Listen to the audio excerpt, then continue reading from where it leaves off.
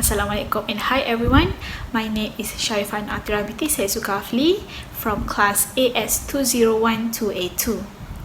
In this video, I will talk about the summary of chapter 9 and 10 in Process in Ecology, and I will introduce to you one example of a research paper that related to the topic. In chapter 9, the first thing that I learned is about three modes of competition, which is resource of exploitative, interference competition, and diffuse competition. Lotka-Volterra model is one of the models that used to describe dynamic between two species interacted, which is prey and predator. It is considered as an environment that contains certain amount of limit resources. It is supported by Coase experiment in 1934. Resource partitioning is where an observation of a number of species that share same habitat with different resources at different place and different time. With this, we can reduce the niche overlap and competition between species in a community. R or K selection theory is related to the selection of trait. The characteristic of R selection including rapid development, small body size, and short generation time. The characteristic of K selection including large body size, long life expectancy, and low reproductive rate. In chapter 10, we can learn about predation, plant response after defoliation, prey defenses mechanism, cannibalism, and mutualism. In plant response after defoliation, including reduce in size and biomass, stimulate growth by remove all the tissue that has low rate of photosynthesis, and increase the attack of insect and disease.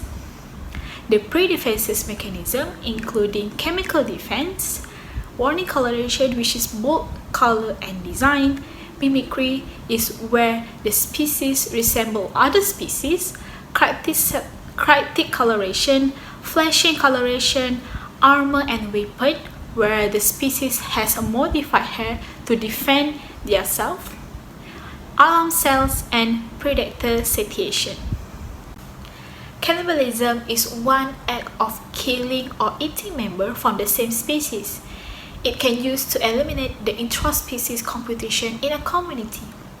It can be found in a stressed population, the population that facing starvation, and dense population. Mutualism is one positive relationship between two species. Both species enhance their survival and growth. It can be a symbiotic or non-symbiotic.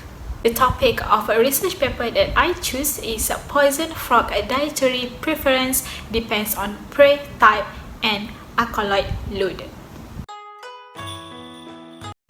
Chemically defended animals across taxa acquire toxin through their diet and the following decision based on chemical defenses, acquisition, and nutritional quality of prey item.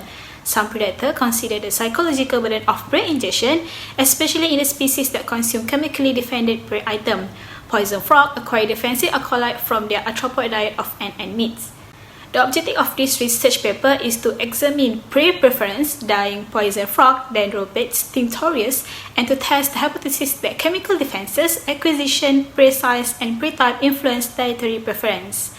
The other objective is to test whether chemical defenses change prey preference by manipulating acolyte load and prey selection. The study site for this research is at Stanford University, Department of Biology, Stanford. All the sample acquired from USA. Now let's look at the summary of result and discussion.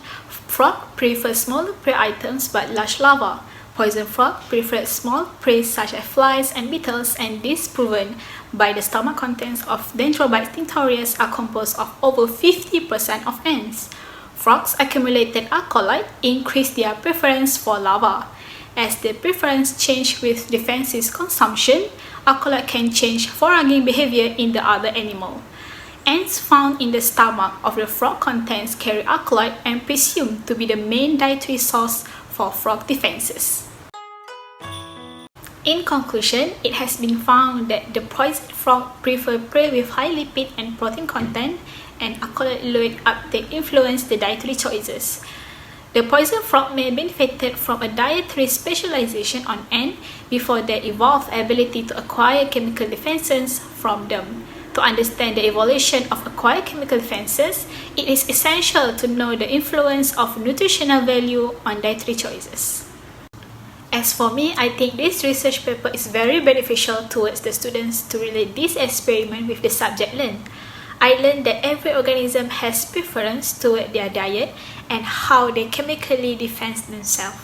The researcher used the simple and easy to acquire sample, and the method used is easily to understand to the reader. I think that's all from me. Thank you for listening.